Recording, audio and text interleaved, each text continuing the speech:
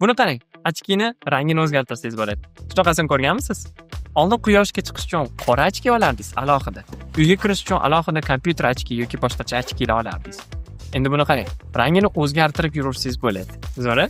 Faqatgina rangini o'zgartiradigan funksiyasi emas, yana naushnigi ham bor.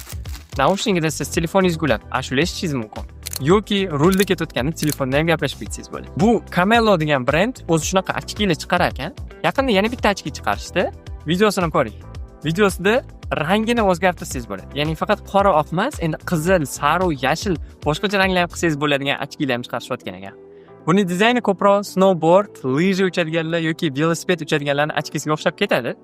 Lekin oddiy odamlar taqib yursa bo'ladi. Boshqalardan ajratib turasiz ko'chada. Narxini taxmin qilib ko'ring. Narxi $400 dan boshlangan ekan. Bunaqa texnologiya yangi bo'lgani uchun va O'zbekistonda hozir bitta bo'lgani uchun shunaqa narxda sotilyapti. Agar siz ham boshqalardan ajralib turmoqchi bo'lsangiz, mana shu nomerlarga yoki Ray-Ban meta o'ziga kirib zakaz qilsangiz bo'ladi.